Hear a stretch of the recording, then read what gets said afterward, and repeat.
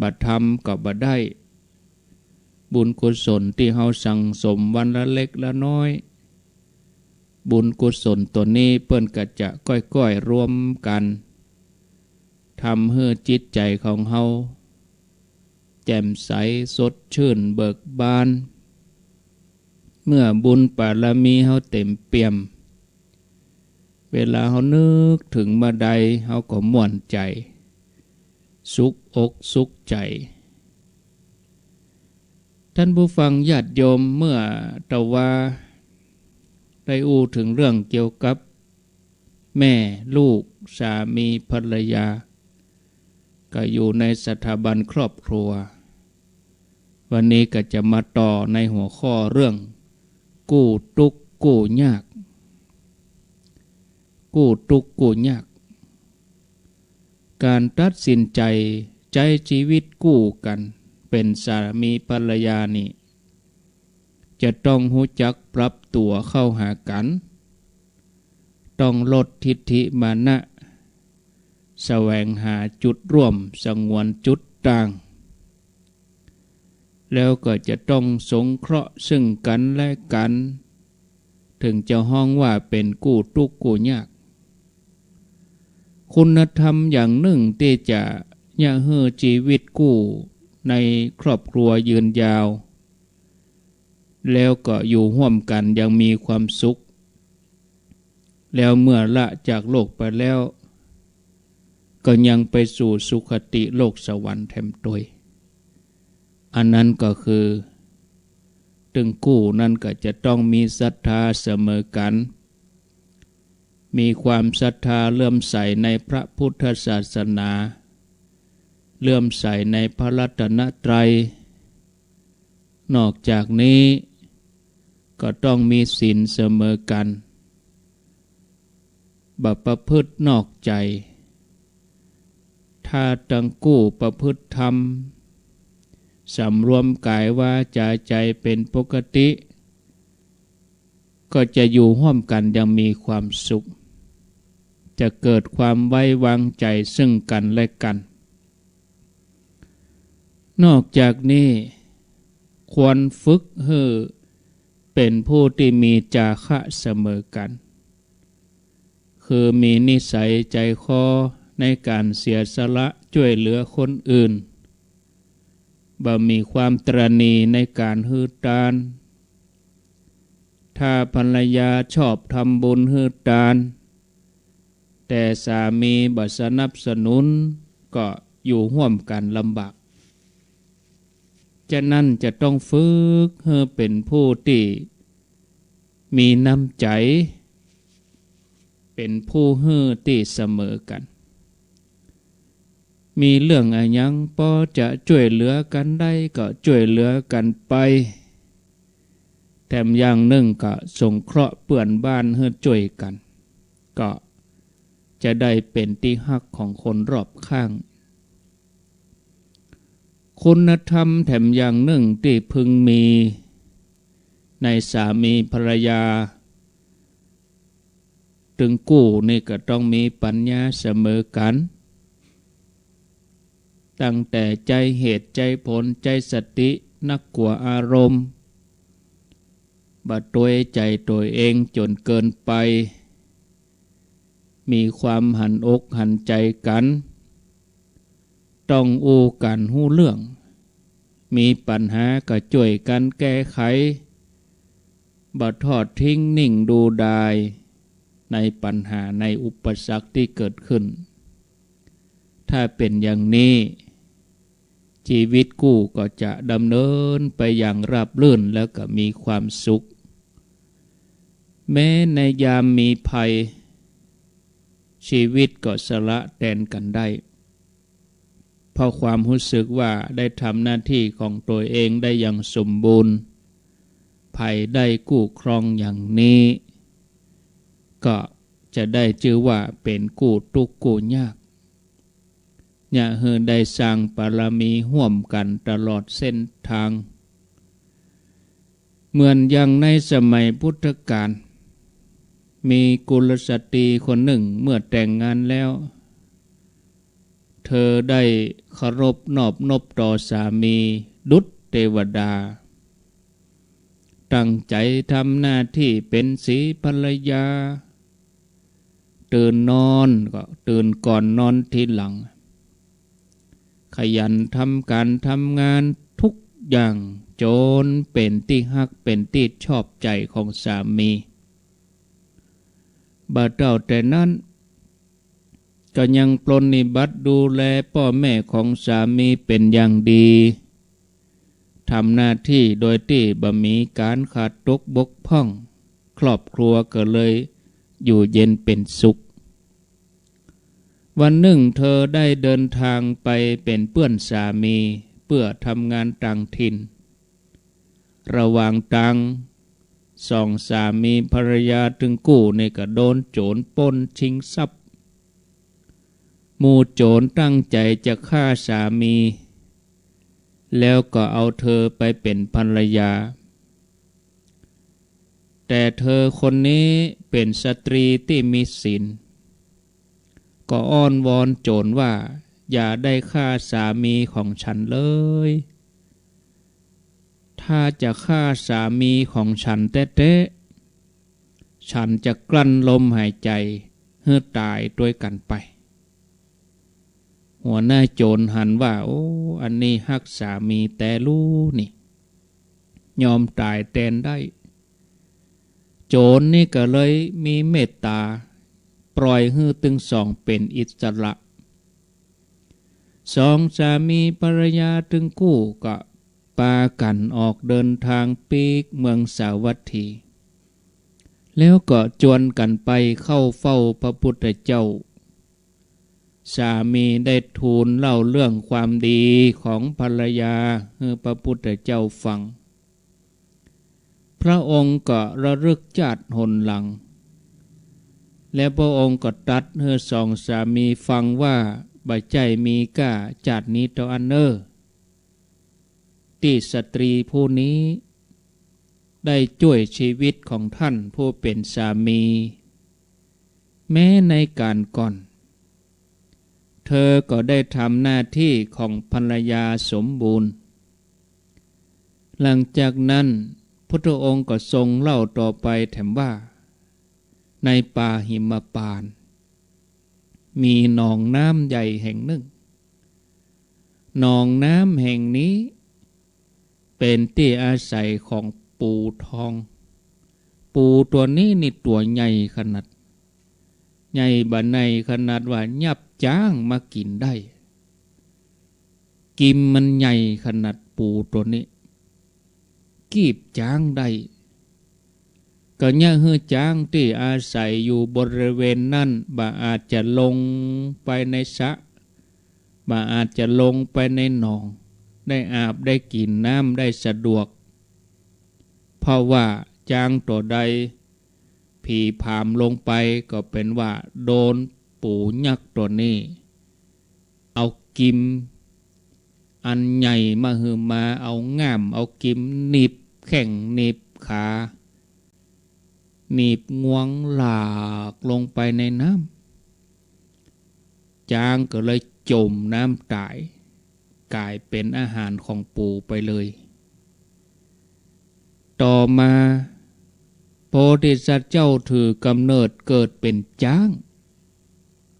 อยู่ในป่าหิมพานต์โพธิสัตว์เจ้าคิดจะช่วยบรรดาหมู่ช้างให้พ้นจากความลำบากเมื่อใหญ่ขึ้นมา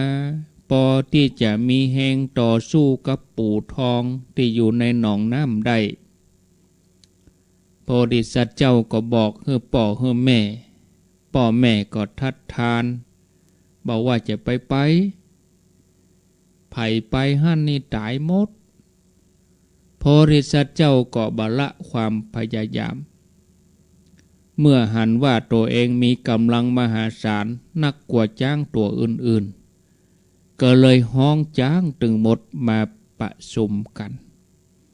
แล้วก็ปากันไปที่หนองน้ำพญาจ้างได้บอกให้จ้างทั้งหลายลงไปหากินเงาบัวในหนองน้ำตามสบาย ส่วนตัวเองจะสังเกตสังกาจะระมัดระวังสังเกตพ่อปู่ทองนั้นจ้างตึงมดตึงโคลงก็ปากันลงในหนองน้ำหากินเงาบัว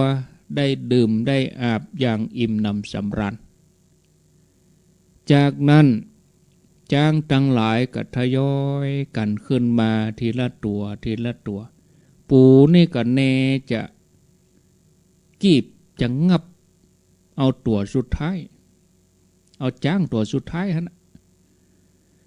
โพธิสัตว์เจ้าก็รังท้าย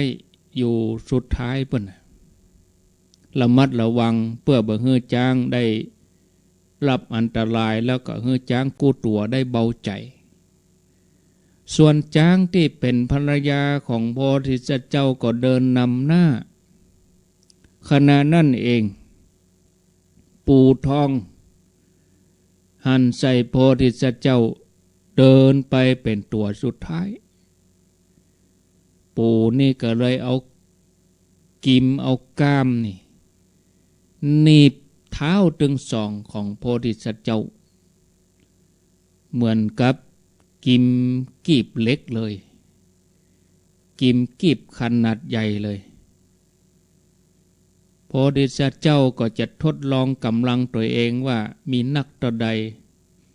เพราะว่ามีกำลังยิ่งกว่าจ้างสาร5 ตัว 5 เชือกก็ยกเท้าของตัวเองขึ้นก็บ่อาจจะดึงให้ขยับขยื่นได้พยายามต่อใดก็บ่สำเร็จปู่ก็กีบแน่นไปติ๊กๆโพธิสัตว์เจ้าก็ดึงไปติ๊กๆนะจักขยื่นกันจักไปจักมาปู่ก็ลากลงลากลงไปแถมจนลงไปถึงหนองน้ำโพธิสัตว์เจ้าก็ห้องลั่นว่าโดนปู่หนีบแล้วจ้างทั้งหลายได้ยินอันตกใจจ้างหมู่นั้นป้ากันล่นหนีหมดโดยที่บ่มีจ้างตัวไหนช่วยโพธิสัตว์เจ้าเลยฝ่ายนางจ้างตัวแม่นี่เมื่อหันโพธิสัตว์เจ้าอันเป็นสามีถูกภัยคุกคามก็บ่ยอมหนีขึ้นไปที่ไหนแห่งปิกมาเฮือกำลังใจโพธิสัตว์เจ้าว่าท่านอย่ากลัวเลยข้าจะบัดทิ้งท่านเป็นเด็ดขาดนางจ้างก็อ้อนวอนขอชีวิตจากปู่ทองว่าปู่ทองผู้เจริญตัวท่านมีกระดูกเป็นหนังมีกล้ามใหญ่เป็นอาวุธท่านเป็นผู้ประเสริฐกว่าปู่ทุกตัวโดยความถึงพร้อมโดยวรรณะโดยความเป็นใหญ่ตัวข้าขออ้อนวอนท่านได้โปรดปล่อยสามีของข้ากำเตอถ้าหากท่านปรารถนาจะเอาพญาจ้างไปก็ขอให้เอาตัวข้าไปแทนเตอะปู่ทองได้ฟังคำอ้อนวอนอย่างนั้นเกิดว่าจะยับจ้างพังตัวนี้เป็นอาหารแทนคำว่าจ้างพังนี่คือจ้างตัวแม่ถ้าจ้างพลายนี่คือจ้างตัวปู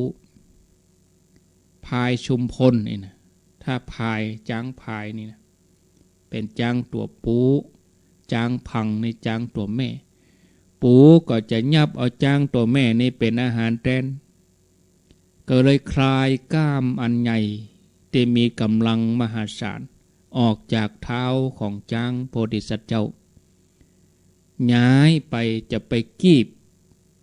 เท้าของนางจ้างตัวนี้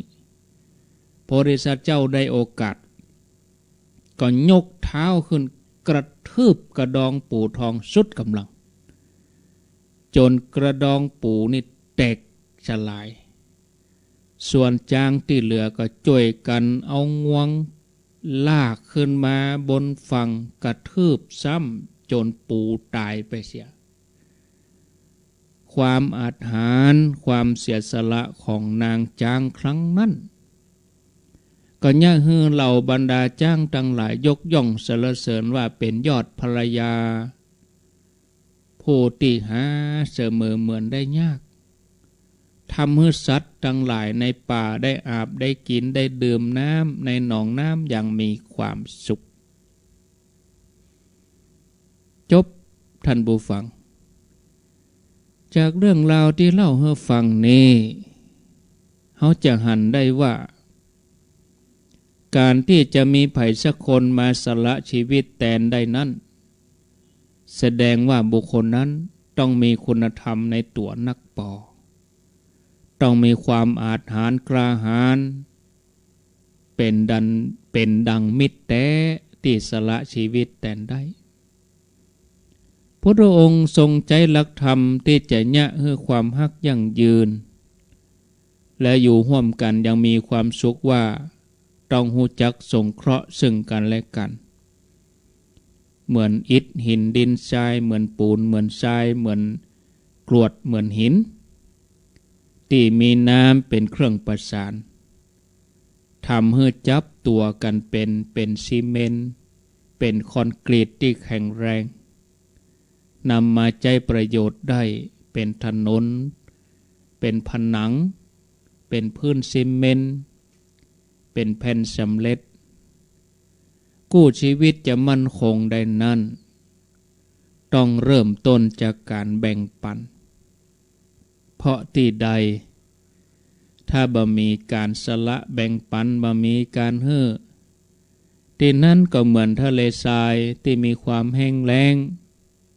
ถ้าแล้งน้ำใจต่อกันแล้วบ่เมินบ่นานก็แยกทางกันไปพระองค์สอนให้ใจกรรมที่เป็นสุภาพเป็นปิยวาจาหูจักแนะนำตักเตือนกันด้วยความจริงใจยกย่องให้เกียรติซึ่งกันและกันบางครั้งการอู้ที่ไพเราะสนอสดยังมีคุณค่านักกว่าการมอบเงินทองให้กัน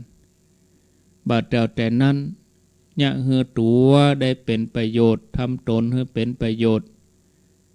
มีสุขร่วมสุขมีทุกข์ร่วมทุกข์ยามมีภัยก็ร่วมกันต้านมีสุขร่วมเสพมีทุกข์ร่วมต้านมีความเสมอต้นเสมอปลายต่างคนต่างทำหน้าที่ของตัวเองให้ดีสมบูรณ์สามีทำหน้าที่ของสามีที่ดีภรรยาก็ทำหน้าที่ของตัวเองบ่ให้ได้ขาดตกบกพร่องมันจักจวนกันให้ทานรักษาศีลภาวนาเป็นครอบครัวตัวอย่างให้ครอบครัวอื่นๆได้ตัวตาม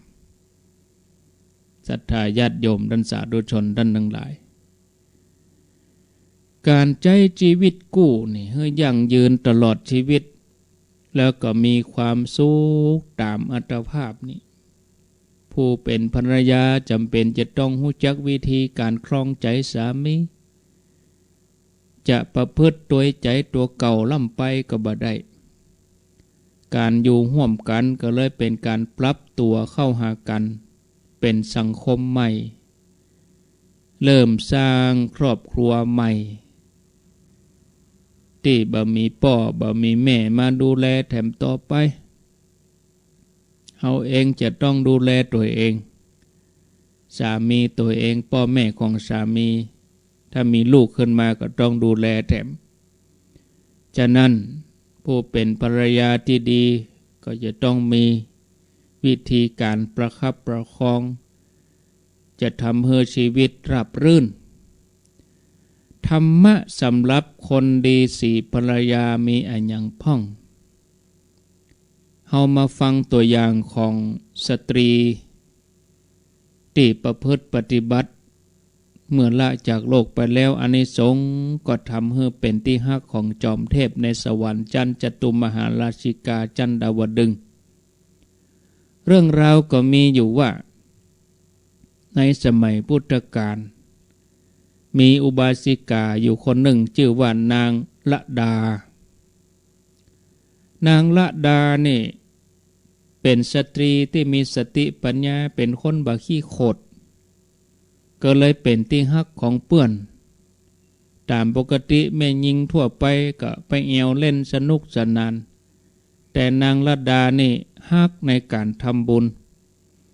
ไปเอวไปแหวงที่ไหนจวนเปื่อนไปฟังธรรมที่วัดมันรักษาศีลฟังธรรมถวายภัตตาหารเป็นประจ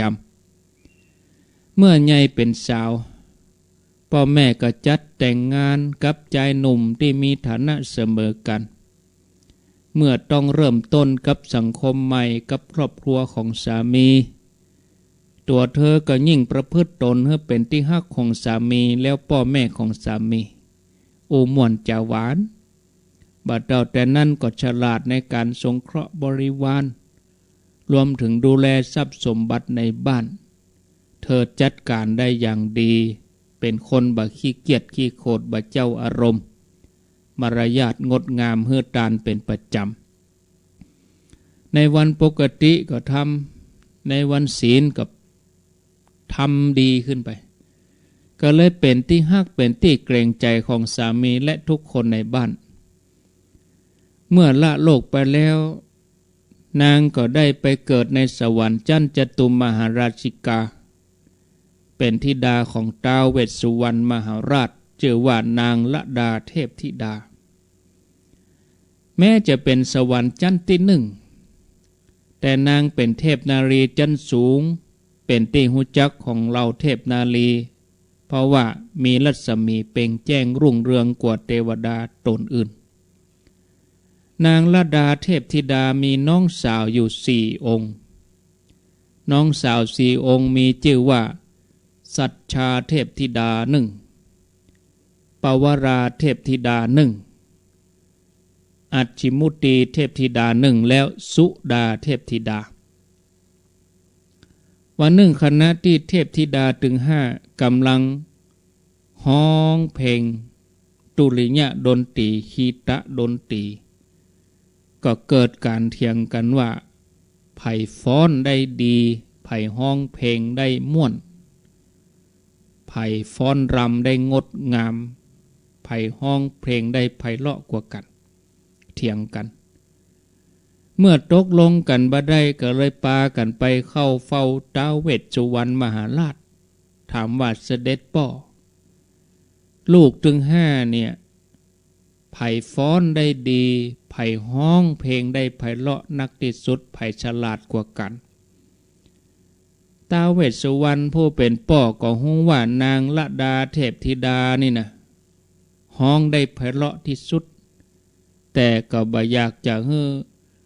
เกิดความรู้สึกว่าพระองค์มีความลำเอียงฮักลูกบ่เท่ากัน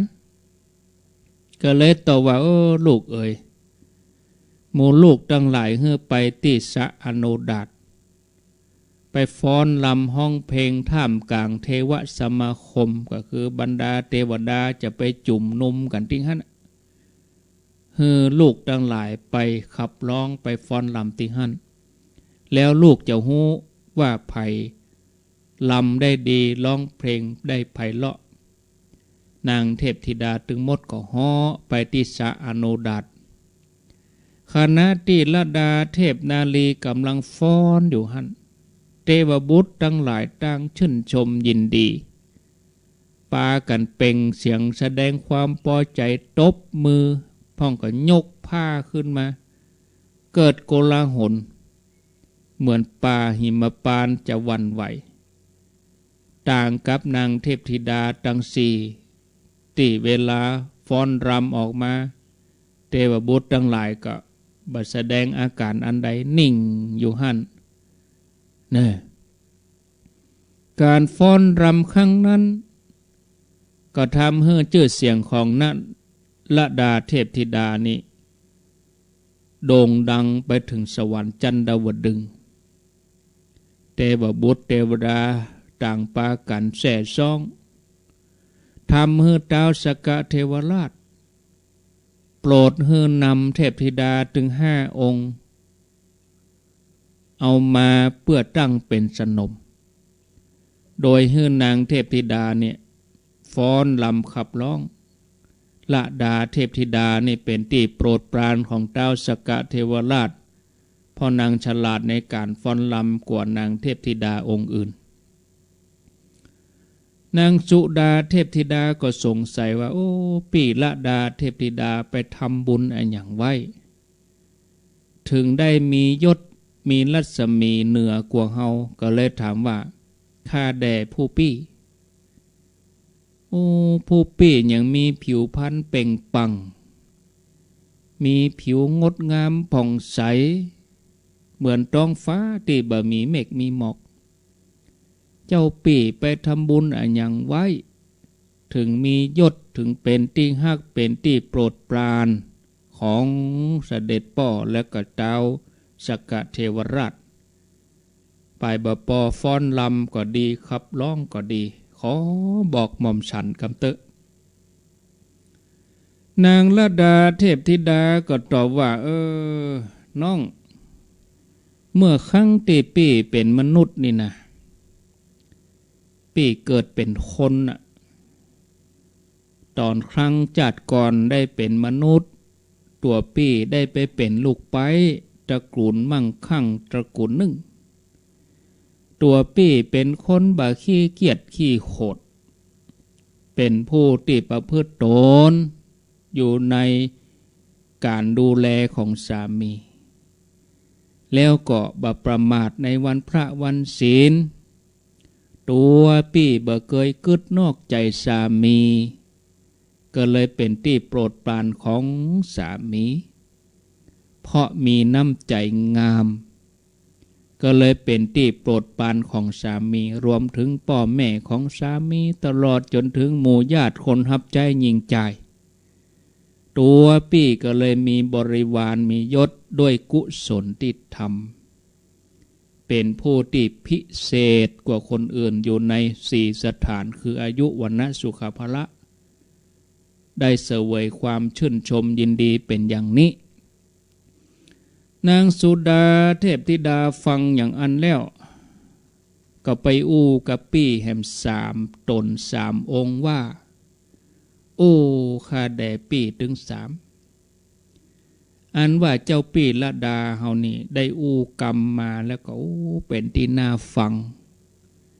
เจ้าปี่ละดาเป็นแบบอย่างสำหรับเฮาถึงสี่อันเป็นนารีทั้งหลายพึงประพฤติต่อสามีเหมือนราชสีห์ตัวสัญจรไปตามไพรสนป่าเขาลำเนาไพรอาศัยอยู่บนดอยเที่ยวตะคุบจับสัตว์สี่เท้าน้อยใหญ่ทุกชนิดกัดกินเป็นอาหารได้ฉันใดสตรีผู้มีศรัทธาเป็นอริยสาวิกาในศาสนานี้ก็ฉะนั้นเมื่อยังอาศัยพัสดาอยู่ควรประพฤติยำเกรงสามีบ่มีความโกรธกำจัดความตรณีประพฤติธรรมจนรื่นเริงในธรรมจากเรื่องที่เล่าให้ฟังนี้ญาติโยมเขาจะหันว่าการเป็นภรรยาที่ดีนั้นบ่ใช่เพียงส่งผลเฉพาะปัจจุบันชาติต่ออันแต่มีผลถึงปรโลกไปหน้าตัวเพราะการกระทำของเฮาในปัจจุบันล้วนมีผลต่อตัวเฮาในอนาคตสิ่งที่เฮาทำในปัจจุบันนี้บ่สูญหายไปไหน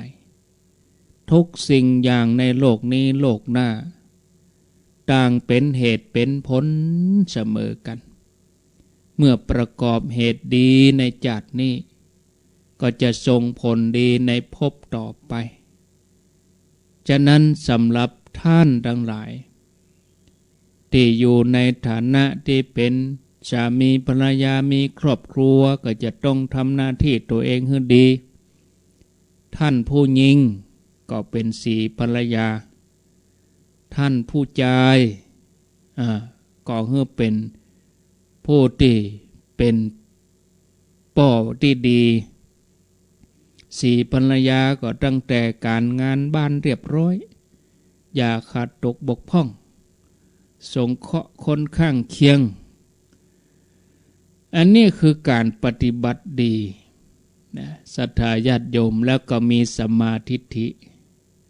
นะอู้ไปกับม่วนไปก็จึงมีเรื่องราวได้อู้ไปติ๊ก กำเดียวกำเดียวช่วงที่สองเขาก็จะมาต่อกันก็ยังอยู่ในเรื่องของครอบครัวเรื่องสามีภรรยาแต่กี้อู้ถึงเรื่องภรรยาเนี่ยต่อไปก็จะมาอู้ถึงเรื่องสามีก็เดี๋ยวผู้เป็นสามีจะน้อยใจเนาะท่านผู้ฟังญาติโยมในตอนสองก็จะอู้ถึงเรื่องการถนอมน้ำใจเป็นอย่างใดก็ก้อยฟังพอเวลาตอนนี้ 18:53 นาทีไว้เหมือนกันเนาะญาติโยม6 โมงกับ 53 นาทีก็เดี๋ยวก่อนอาตมาจะแปลงที่หนีบโทรศัพท์นี่ก่อนกดเตือนนี่กำไว้โอ้ปวดแขนเอาแล้วเนาะใครจะโทรท่านใดใครจะโทรก็เจริญปอนเนอโทรมาได้ที่หมายเลขโทรศัพท์0998366322 0998366322ก็ช่วงที่2แถมกรรมก็ประมาณ 7 โมงครึ่งรับสายเจริญปอนโทรจากที่ไหนมาตรการครับปางโมกครับอาจารย์กิตครับโอ้อาจารย์กิตปางโมกครับเชียงดาว104ยังฟังอยู่กันเชียงเลยหลวงพ่อครับ104ยังมากเลยขอบคุณเนอะ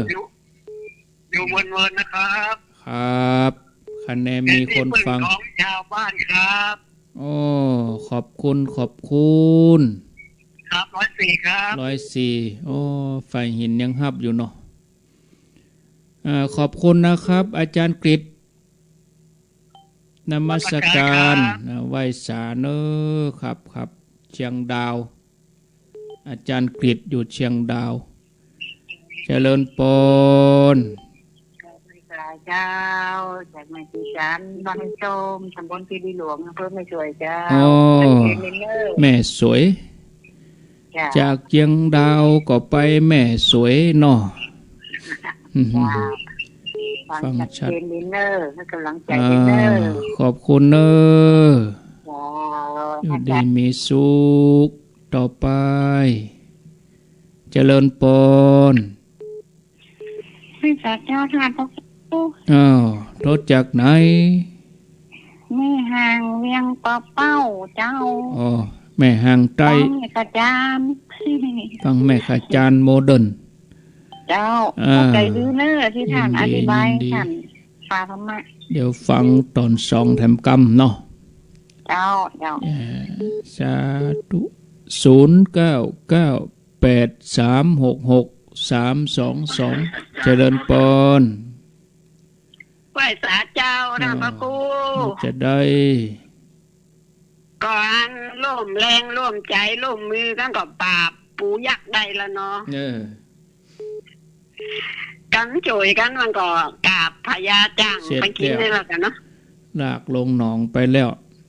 นั่นน่ะกะเนี่ยถ้าต้องจ่วยกันปกปักรักษากันมันถึงเอาตัวหลอดได้โดนกิมหลวงหนิบชัดเจนดีเนื้อเจ้าไว้เวียงท่าการเจริญปนเจ้าลูกพ่อครูอยู่ที่ไหนอินทขินแม่แต่งเจ้าอินทขินแม่แต่งแรงนี่ได้ยินกันเนาะเจ้าได้ยินข้อฝนตกนักขนาดแบ่งมาจังโดยหล่อเฟ่ฟ่องเนอนี่ก็ได้จะบอกไปจะยักไปไม่ได้คิวสักเตื้อนี่เนี่ยจนพอตายที่อื่นบนตกดูที่อื่นบนตก2 รอบ 3 รอบโดยหล่อนี่ดักปิ้งมืดบดายขี้ฝุ่นมุ้งตกเลยก็จ้ามีเลยแต่คืนน้อยเดียวตกบันนักมัน มีตกก็มีบาตกนกบดก็มีนกอ้อยก็มีอ่ะอ๋อจกดีเนอร์เจ้าห้องแมลงตกนักขนาดเลยจุ่มเย็นดีเนาะเจริญปนโทษจากไหนจอมตองควงเป่าฟังชัดดีก่อชัดเจนดีเจ้าท่านว่าฝากสตางค์เอไปทำบุญเด้อฮะฝากสตางค์เอไปทำบุญได้รับแล้วนะฝากไผ่ก็ฝากเอฝากไผ่เอนั่นไม่ขาดน่ะอ๋อเวลาไปส่งแล้วก็ยายก็ได้อยู่วัดนะวันนี้เพื่อเขาตอนได้อยู่วัดได้ฝากเนนเขาไว้กำหุแรกมันปล่อยเด็กเจ้าเป็นยังหายห่วงมดห่วงเนอะสัตุรับทราบเ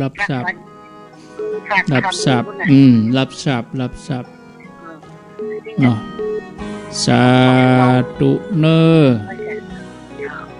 ตัวอีก่อนเนาะหมดเวลาจะไปน้อยใจโทรบัตรดันเอาไว้รอบ2เนอะตอน2ก็มาปะกันหมดเวลาก่อนพักฟังข่าวเหี่ยเกิงชั่วโมงส่วนที่ต่าง